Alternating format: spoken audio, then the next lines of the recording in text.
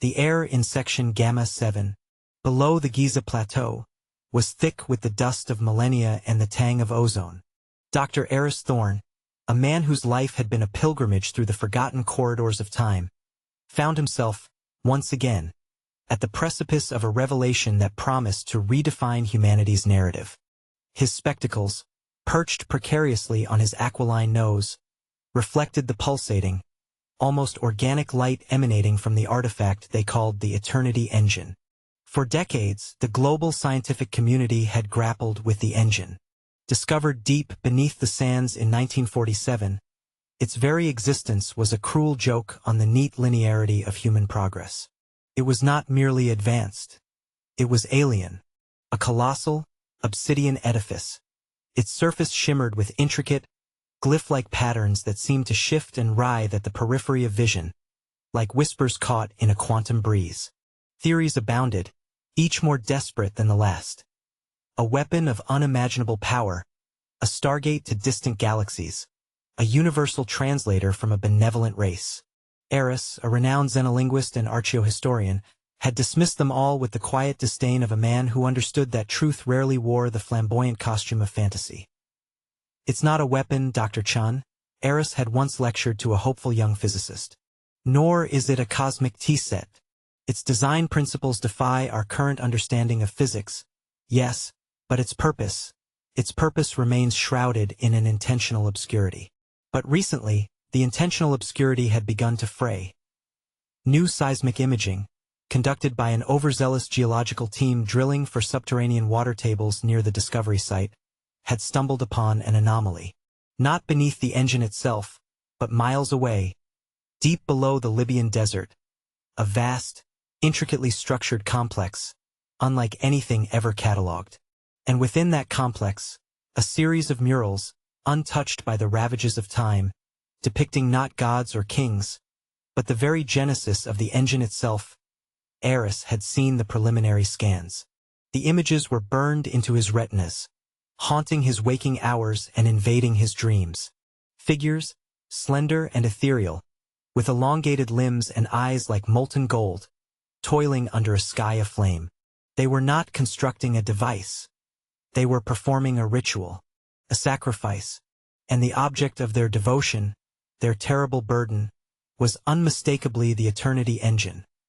The implications were staggering. If the engine was not merely an advanced piece of technology, but the culmination of a ritual, then what power did it truly harness? And what exactly had been sacrificed? A low hum, a resonant thrum that vibrated not just through the cavern floor but through the very bones of all present, intensified. It was the engine waking as it sometimes did.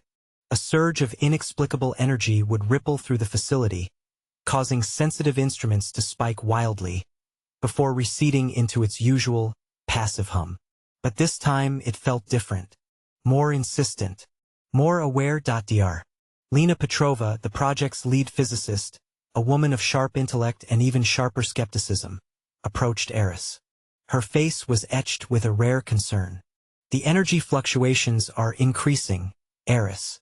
Not just the usual ambient surges. There's a pattern emerging. A frequency. It's almost as if it's trying to communicate." Aris merely nodded, his gaze fixed on the pulsating glyphs. Communicate, or perhaps to call. The recent archaeological discoveries hadn't just provided blueprints. They had provided a name whispered in the forgotten tongue of the builders, translated by Aris's own painstaking work. A name that sent a chill through him, colder than any desert night. It wasn't Eternity Engine. It was the lock. And locks, Aris knew, existed for one reason alone, to keep something out. Or, far more terrifyingly, to keep something in. The hum deepened, evolving into a low throb, like a colossal, ancient heart beginning to beat again after eons of slumber. A faint, almost imperceptible tremor ran through the cavern. It wasn't seismic, it felt internal, as if something vast and ancient was beginning to stir, deep within the obsidian edifice. And as Aris watched, mesmerized by the unsettling rhythm, he noticed a new tremor, a subtle, horrifying anomaly. The light wasn't just emanating, It was breathing, inhaling the surrounding darkness, then exhaling a faint, sickly glow. This was not the robust pulse of power. It was the desperate gasp of something struggling. He turned to Lena, his voice barely a whisper above the engine's awakening thrum. "Lena, have you ever felt a cold resonance when you approach the core?" She frowned, adjusting her glasses. "A cold resonance? No, Aris. Only the warmth of its power signature." "No," he insisted, his eyes still fixed on the shifting glyphs, which now seemed to writhe with a faint internal luminescence. "Not power. Something else. A pressure." And in that moment, as the Eternity engine's hum deepened to a palpable throb, Aris felt it. A faint, almost imperceptible pulsation that resonated not with energy, but with a profound, suffocating dread. The glyphs pulsed, not like a power source, but like desperate wards, struggling to maintain their hold.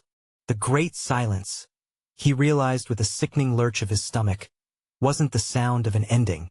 It was the chilling sound of a victorious entity finally contained, and that containment was now failing. The lock was straining, and whatever it held was beginning to remember its freedom. The whispers of the ancients were not of creation, but of a terrible, desperate struggle, and it was calling to him. The discovery of the Libyan complex had been, to the media, a sensation. To the archaeological community it was an earthquake. To Aris Thorne it was a death knell. He sat hunched over the holographic projections in his sterile office, the air conditioning a frigid counterpoint to the desert heat still clinging to his clothes. The images swam before him, the elegant, angular script of the Silent Ones, as his team had tentatively named them, the intricate depictions of celestial mechanics, and always, at the center of their cosmic mandala, the Eternity engine. But these murals presented a narrative that deviated savagely from the accepted scientific consensus.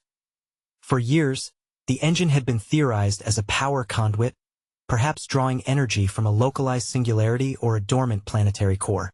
Aris had once entertained the idea himself, proposing that its intricate internal mechanisms could be a form of matter-energy converter on an unprecedented scale. Now, looking at the vibrant, almost frantic artwork, he saw something else entirely. The figures of the Silent Ones weren't worshipping the engine. They were straining against it.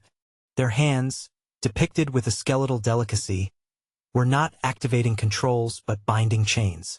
Chains of light, of cosmic force, that snaked around a central, amorphous shadow within the engine's depicted core. "A containment field," Aris murmured, the realization a bitter taste on his tongue. He had hypothesized every conceivable function, from terraforming device to interstellar beacon, yet the most obvious, the most primal, had eluded him. He had been blinded by the hubris of modern science, always assuming creation, never imprisonment. Lena Petrova, her skepticism a finely honed weapon, leaned over his shoulder, her brow furrowed. Containment for what, Aris? A localized magnetic field? A pocket dimension anomaly? There's no physical residue, no exotic particles that suggest anything beyond extreme energy fluctuations. "You speak of physics, Lena?" Aris replied, without looking away from the swirling imagery. "I speak of metaphysics, of intent. Look at their faces. Fear, Lena. Raw, unadulterated terror. This wasn't a scientific endeavor.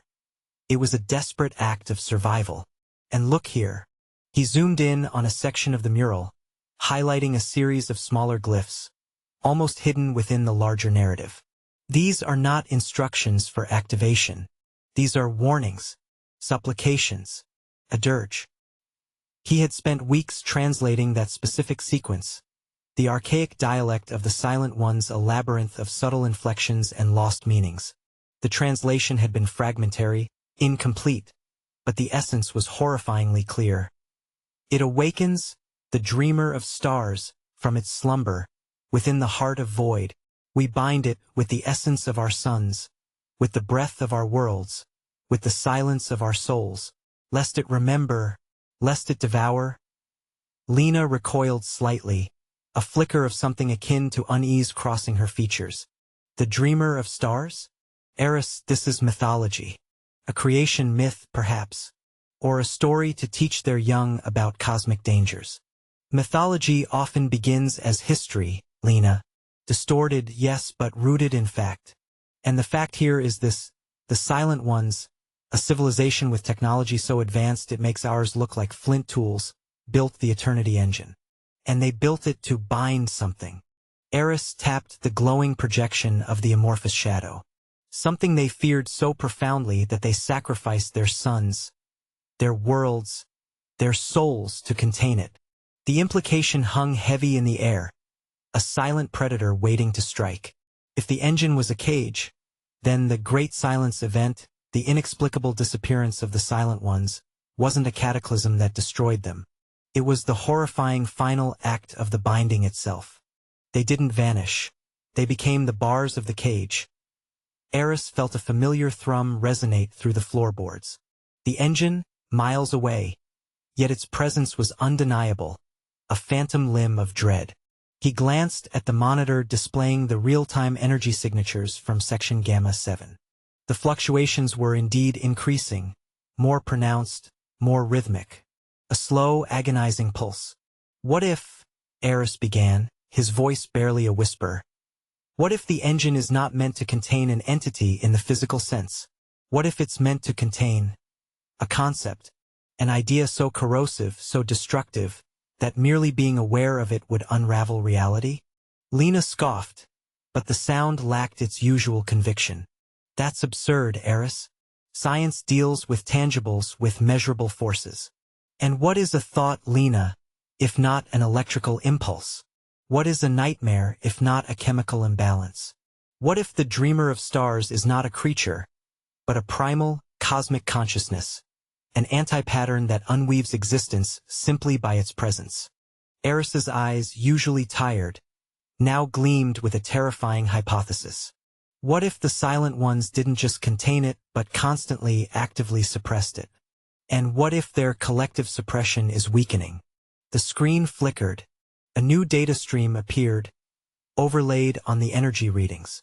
It was an auditory analysis, picked up by the most sensitive acoustic sensors embedded deep within the engine's core.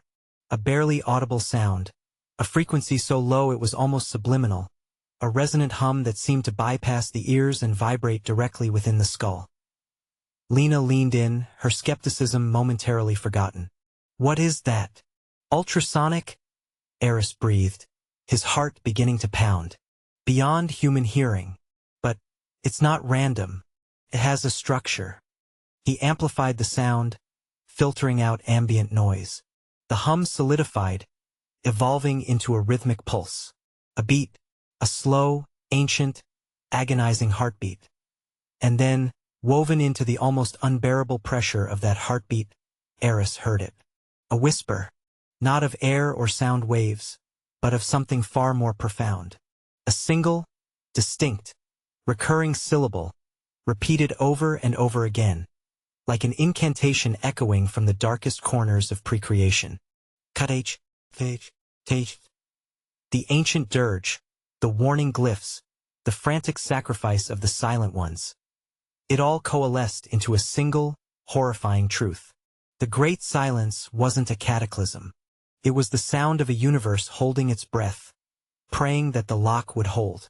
And now something was stirring within. Something that had patiently waited for millennia. Something that had a name. Kth. And Aris Thorne, for the first time in his celebrated career, felt a terror that transcended academic curiosity. He felt the cold touch of absolute dread. The lock was not failing. It was weeping, and whatever it contained was whispering back. The name, Kth, vibrated in the air long after the faint, subliminal whisper faded from the audio feed. It was a name that tasted of rust and forgotten stars, a sound that seemed to pull at the very fabric of Aris Thorne's composure. Lena Petrova, usually so grounded in the verifiable, stood frozen, her eyes wide with a dawning horror. The rhythmic thrum of the engine, miles beneath the desert, now felt less like a distant hum and more like a colossal, struggling heart, each beat a desperate plea. Kth, Aris repeated, the sound alien and heavy on his tongue. It's a word from the oldest dialect of the Silent Ones. It means the unmade, or more accurately, that which should not be made. He pulled up another holographic projection, this time of an obscure tablet discovered alongside the initial engine fragments. It had been largely dismissed by his predecessors as a metaphorical poem, too abstract to offer concrete data. But now, through the lens of the Libyan murals, Aris saw it with horrifying clarity. The tablet depicted the genesis of the Silent One civilization, not as a glorious ascent, but as a terrified awakening. They were shown as nascent beings, peering into a void, and from that void, a single vast eye staring back. Around the eye, tendrils of shadow reached out, not to grasp, but to unravel. And beneath this horrifying image, the repeated glyph for KTH. They didn't discover KTH, Lena, Aris explained, his voice hushed. They stumbled upon it. They peered too deeply into the cosmic fabric, perhaps through some nascent form of their own technology, and saw this. He gestured at the monstrous eye. Not a god, not a creature as we understand it, but a fundamental error in the universe. A void entity, an anti-creation that exists purely to nullify. And they, in their infancy, unwittingly drew its attention. Lena, pale, walked to the large observation window of Aris's office, staring out at the simulated desert landscape of the research facility. So, the Great Silence, it wasn't an extinction event. It was a sacrifice to imprison this. Her voice was barely a whisper, laced with a fear Aris had rarely heard from her. A sacrifice, yes, and a terrible burden, Aris confirmed, his gaze returning to the pulsing energy readings. The heartbeat was growing stronger, faster. The murals in Libya, they depict the Silent Ones not building the engine, but becoming it. Their collective consciousness, their life force, everything they were, poured into that obsidian shell. Not as fuel but as a living, thinking prison wall. A consciousness-driven containment field.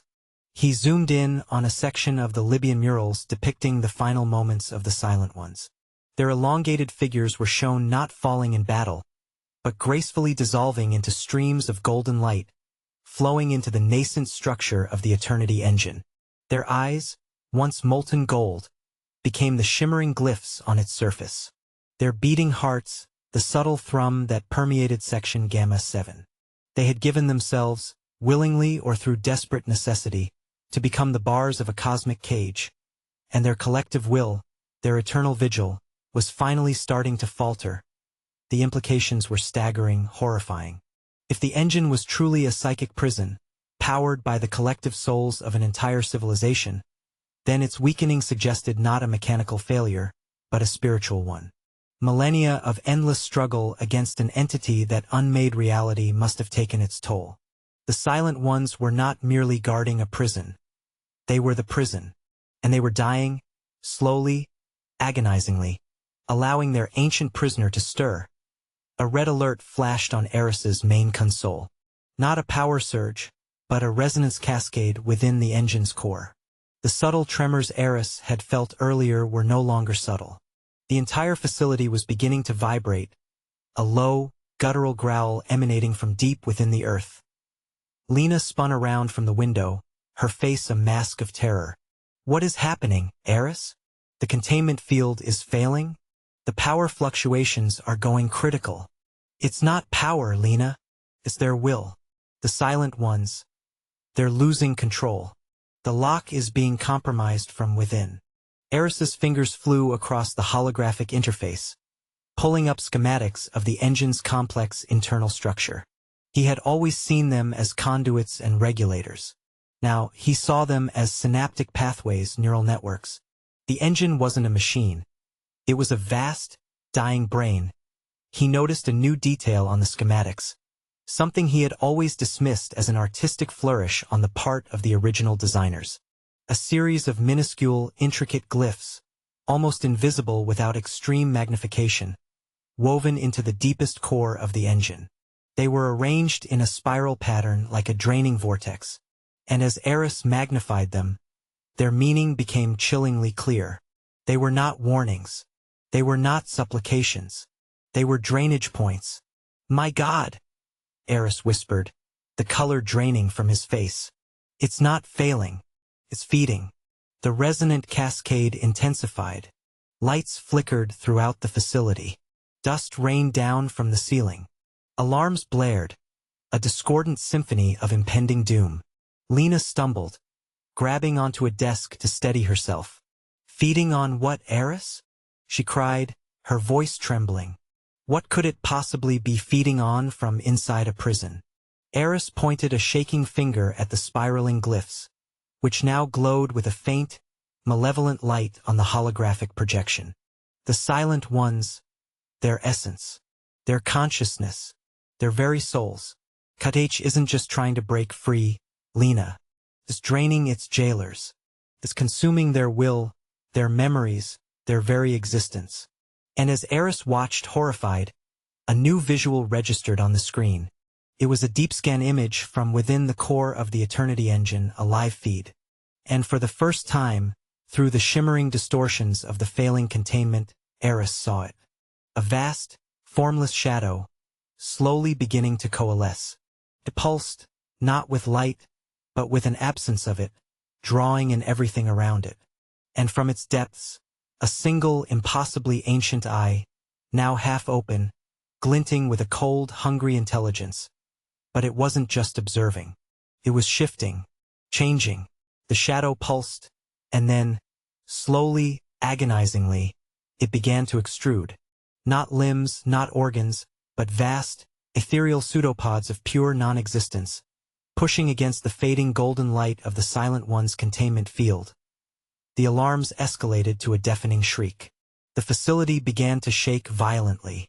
Aris knew, with a certainty that chilled him to the bone, that the great silence was about to end.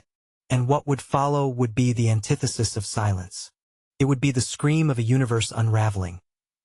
Lena pointed a trembling finger at the large main screen, where the energy readings had gone completely haywire, now displaying erratic, impossible spikes.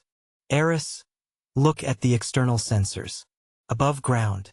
Something is happening at the surface. Aris tore his gaze from the monstrous eye forming within the engine and looked at the external readouts.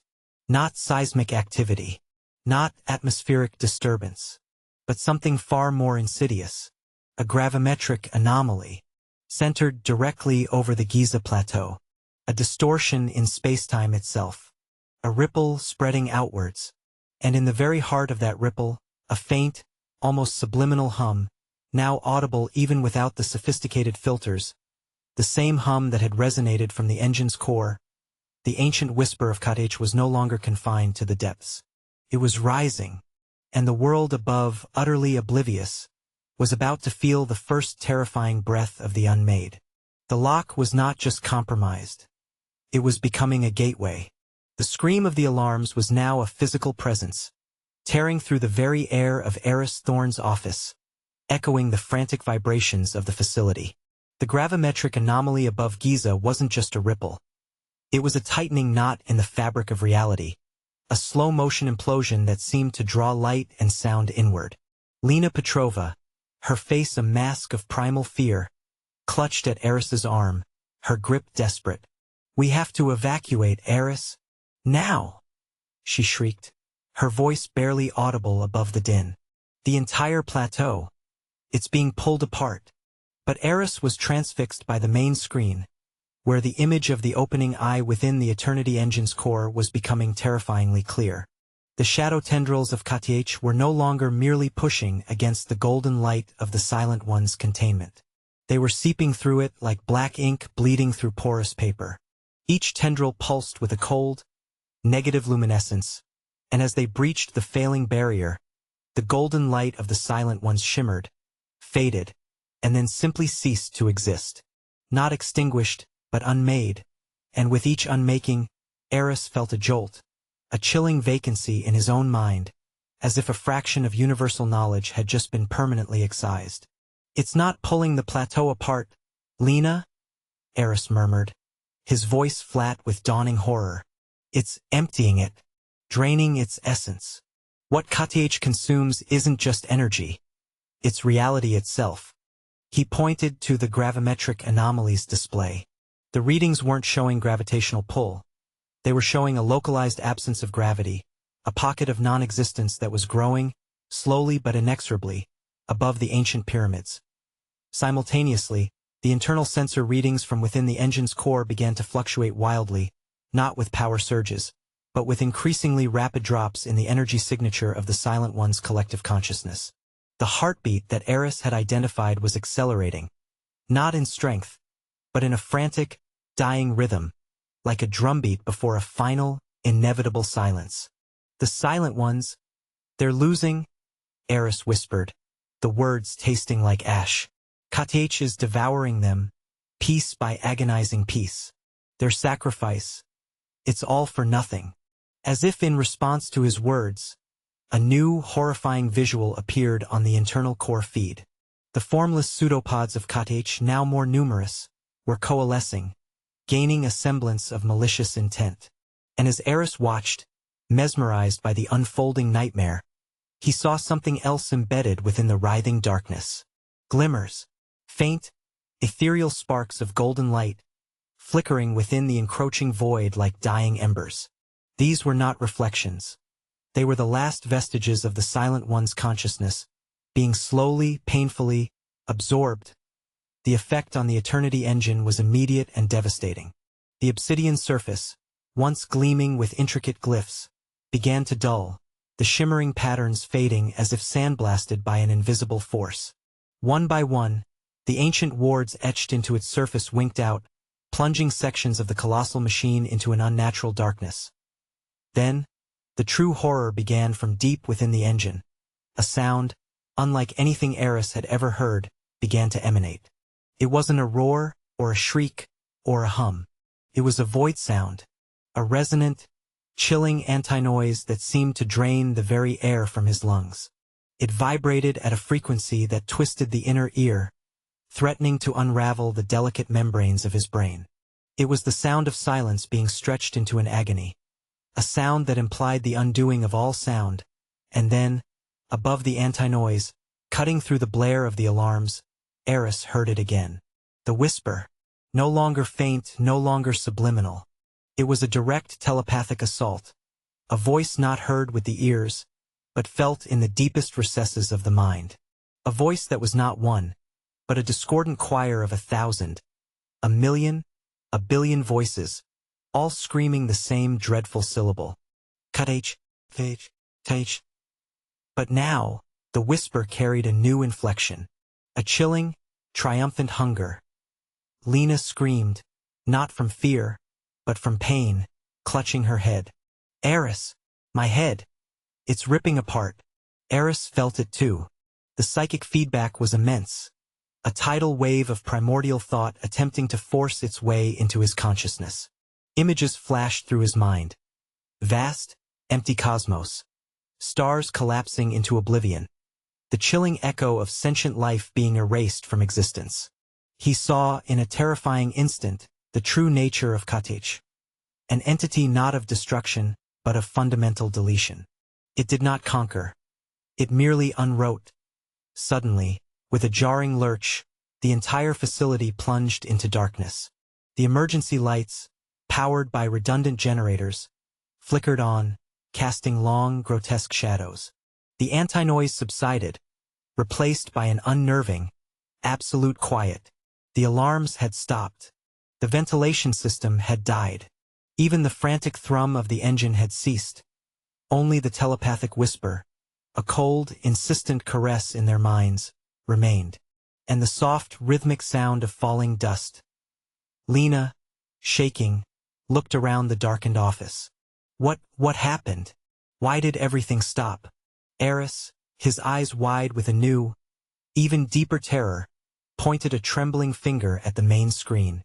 The image of the Eternity engine's core was still live, somehow drawing power from some impossible source. But the eye of KTH was no longer merely open. It was fully, malevolently aware. And the golden light of the Silent Ones was gone entirely, consumed in its place. Within the now unfettered darkness of the core, Aris saw it. A single, shimmering, almost invisible thread of light, pulsing with a faint, dying hope.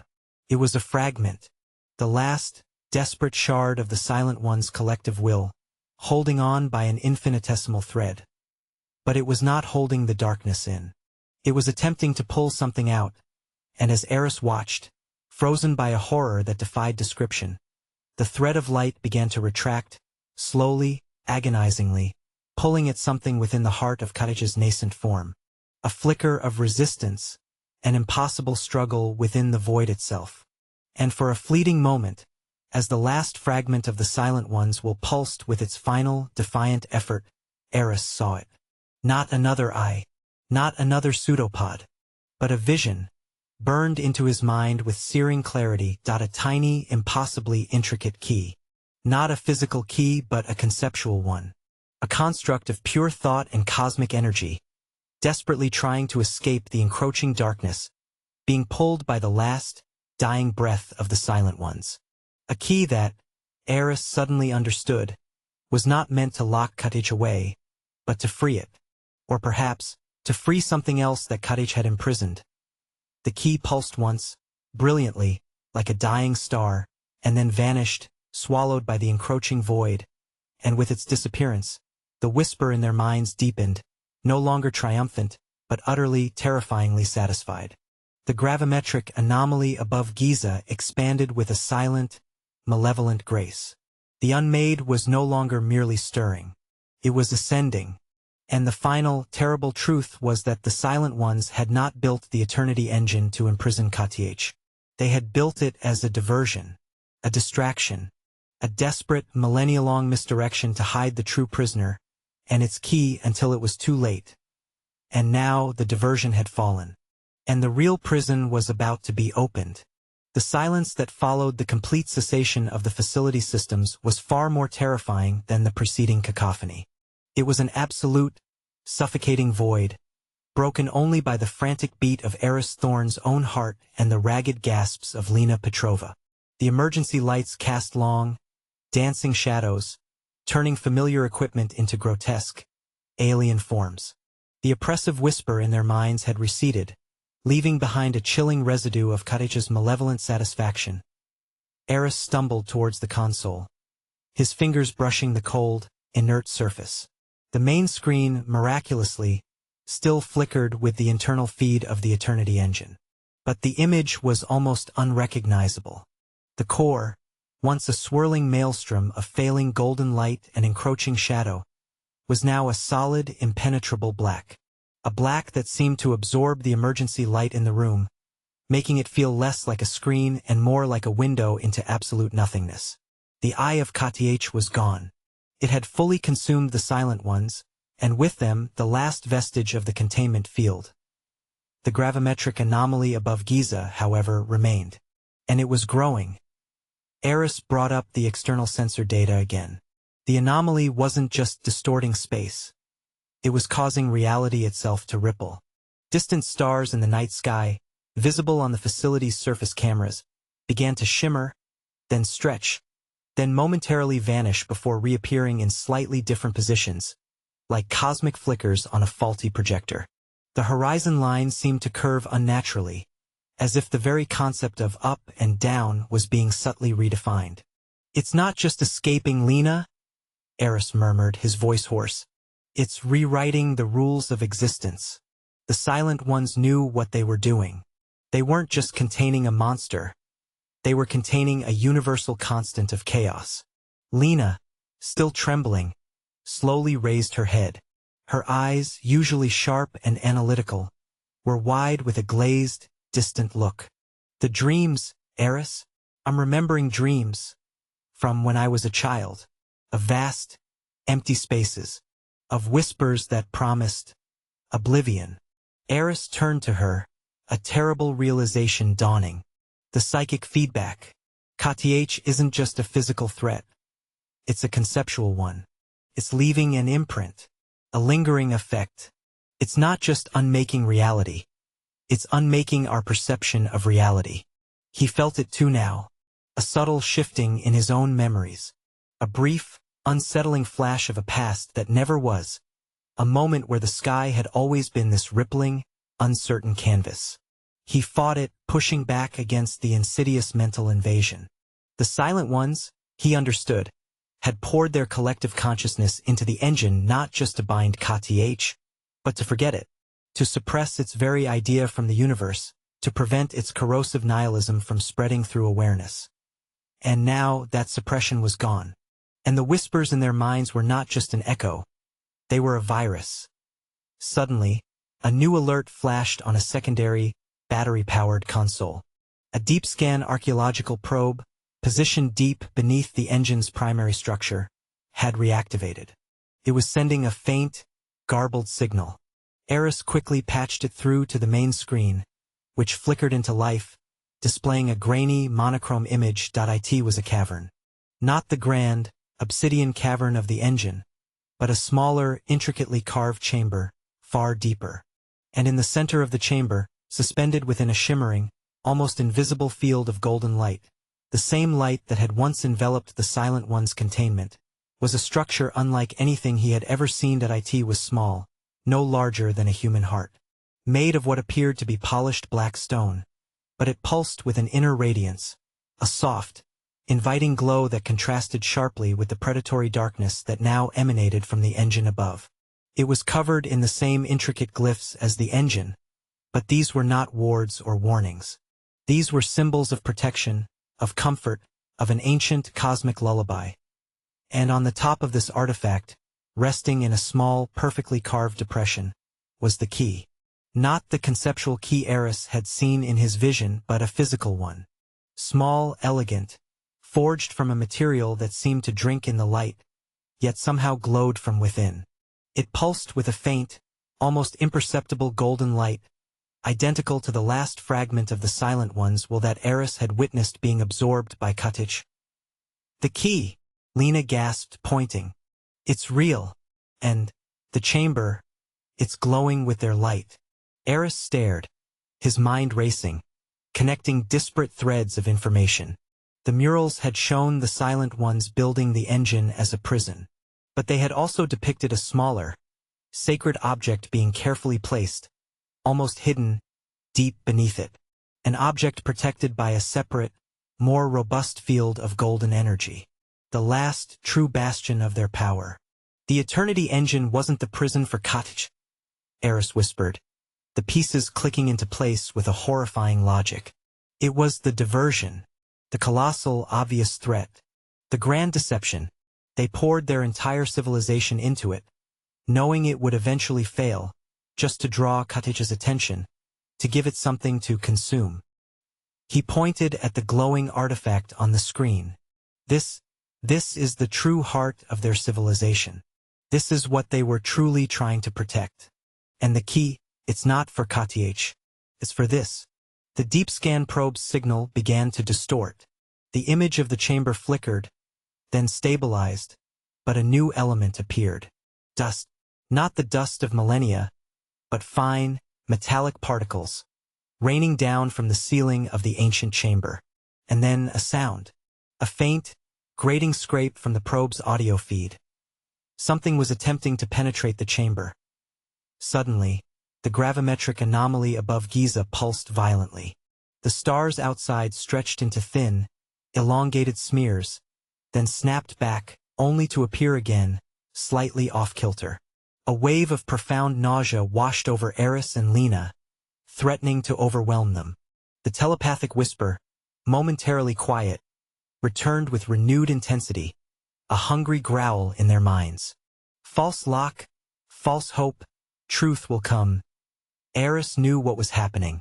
KTH, having fully consumed the Silent One's psychic prison, was now free to pursue its true objective. It had been playing a long game, waiting for the diversion to fall. And the metallic scraping sound, that was KTH or its agents now seeking to destroy the real prison and to claim the key. But the key, the glowing artifact beneath the engine, why would the Silent Ones hide a key to free something, if KTH was the ultimate evil? Unless KTH itself was not the original ultimate threat. Unless KTH was merely a guard. A terrifying, unmaking sentinel, left to protect the universe from something far worse. The deep scan image flickered again, then went dead. The scraping sound cut out, replaced by a deep, resonant thud. Aris stared at the blank screen, then at the image of the unraveling sky on the external cameras. The gravimetric anomaly was no longer just distorting stars. It was beginning to tear a hole in the very fabric of space. A rift, and through that rift, a glimpse of impossible colors, of swirling nebulae of pure thought, of an abyss that beckoned with unspeakable promises. The first true portal to the void was opening. And whatever the Silent Ones had truly imprisoned, whatever this key was meant to unleash, was about to be revealed. The whispers of the ancients had finally been silenced. But the scream of what they had protected was about to begin. And the question remained, cold and sharp in Aris's mind. Had they hidden a monster, or had they hidden the only salvation? And which would be unleashed first? The absolute silence from the deep scan probe, abruptly cut off, hung heavier than any sound. It was the silence of a barrier broken, of a sanctuary violated. Aris Thorne and Lena Petrova stood in the gloom of the shattered facility, the telepathic whisper of KTH now a constant, chilling presence in their minds, no longer a growl, but a resonant hum of profound, ancient satisfaction. The external cameras showed the gravimetric anomaly above Giza deepening, widening. The sky was no longer merely distorted. It was fracturing. Jagged lines of impossible light pulsed across the firmament, revealing glimpses of a swirling chaos beyond. It was a wound in reality, a gaping maw that exhaled not air, but the cold vacuum of an existential void. The key! It's been taken, Lena whispered, her voice hollow. KTH has it. Aris stared at the fractured sky, then at the dead screen that had shown them the hidden chamber. No, he said, his voice strangely calm. A man who had stared into the abyss and found a terrible clarity. KTH doesn't take. KTH unmakes. If it wanted the key, it would simply erase its existence. It wanted the chamber destroyed. It wanted the key to be found. He turned to Lena, his eyes gleaming with a terrifying, final realization. Lena, the Silent Ones didn't build the Eternity Engine as a distraction to hide the key. They built it as a distraction to preserve the key. They wanted it to be found. They wanted us to use it.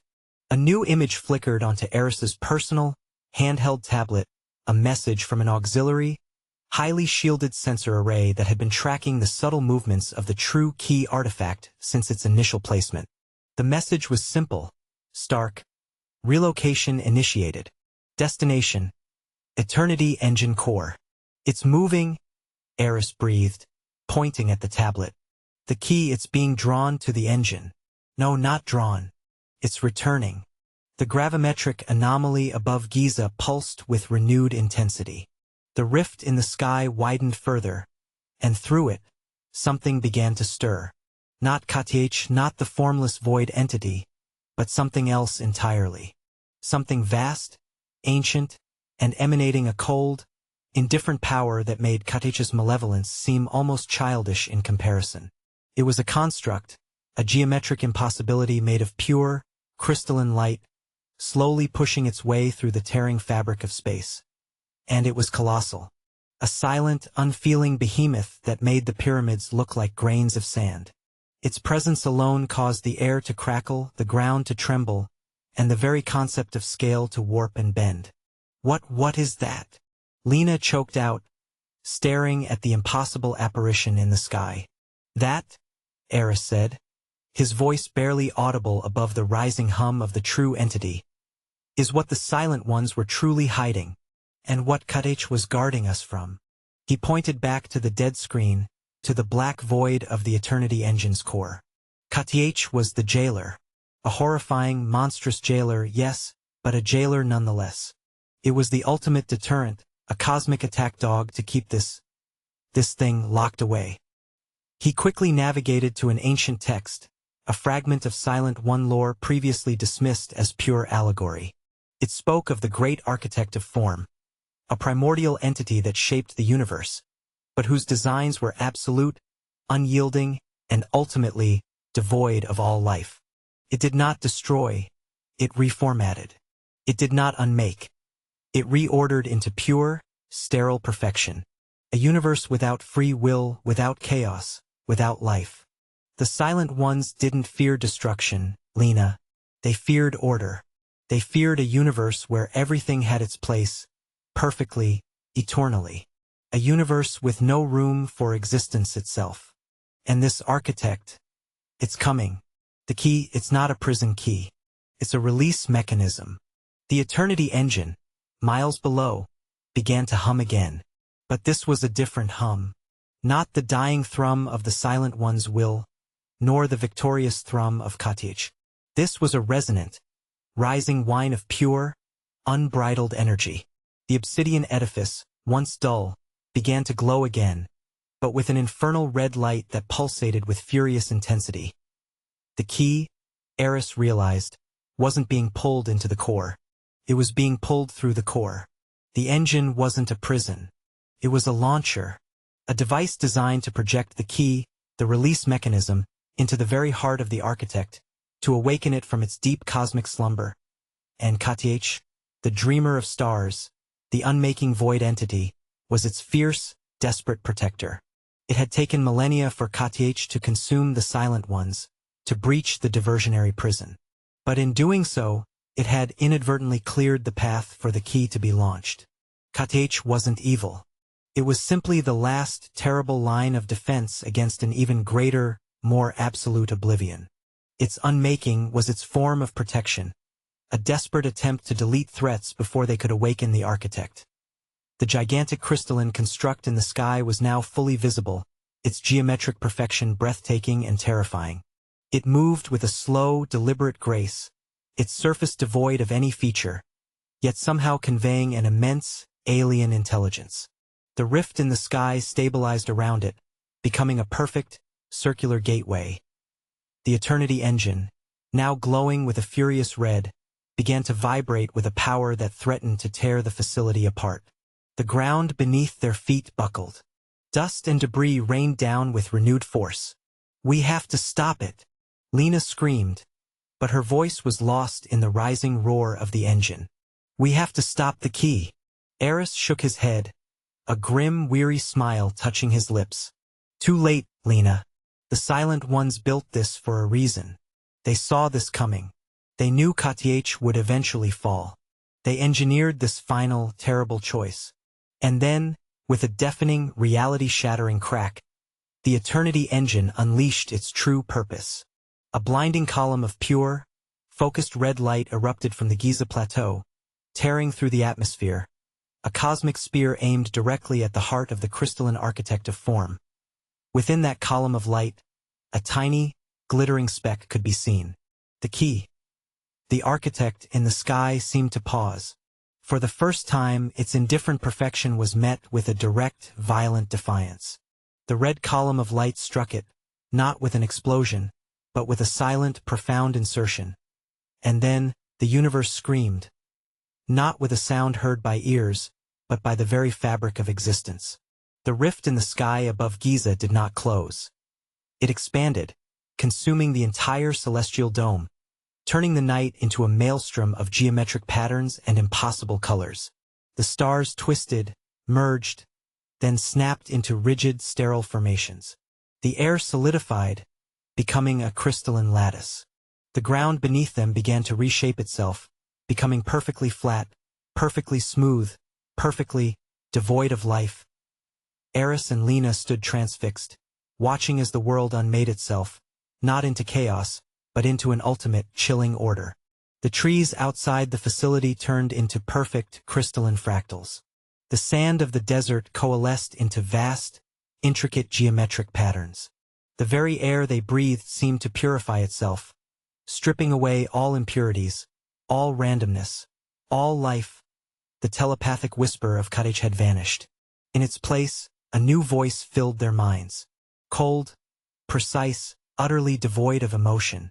The voice of the architect. Order restored, imperfection cleansed, existence optimized. Their bodies began to feel strange. Not pain but a subtle internal reordering. Their complex organic forms, the chaotic beauty of human flesh, began to simplify. Molecules rearranged themselves. Cells aligned into perfect, sterile grids. They were not dying. They were being perfected, being made into components of the architect's ultimate lifeless design. Aris felt his thoughts, his memories, his very consciousness being streamlined. The jumbled, chaotic beauty of human experience, the messiness of emotion, the unpredictability of free will, all of it was being smoothed out, flattened, categorized, filed away. He was becoming a perfect, unfeeling node in a vast, universal network of absolute order. His last thought, before the final, ultimate perfection claimed him, was a chilling irony. The Silent Ones had seen the choice, and they had chosen, not to fight the architect, which was impossible, but to let the universe decide its own fate. They had hidden the key, not to prevent the architect's awakening, but to enable it, knowing that only a desperate humanity, forced to choose between the chaotic unmaking of Kadech and the sterile reordering of the architect, would finally understand the true terror of existence, and in that final moment of perfect clarity, as his mind became one with the architect's grand, lifeless design, Aris Thorne understood. The greatest horror was not chaos. It was the absolute, unyielding silence of a universe brought to perfect, eternal order. The world went silent. Forever. Call to reflection. The Eternity Engine, the Silent Ones, Kadech, and the Architect of Form. A cosmic game of chess played out across millennia, culminating in humanity's ultimate choice. What meaning do you draw from this final, terrible truth? Was the architect truly evil, or merely fulfilling its cosmic design? And what, if anything, could humanity have done differently to avert this chilling, perfect end? Share your thoughts, for in the echoes of contemplation, the true terror of such a universe can still be felt.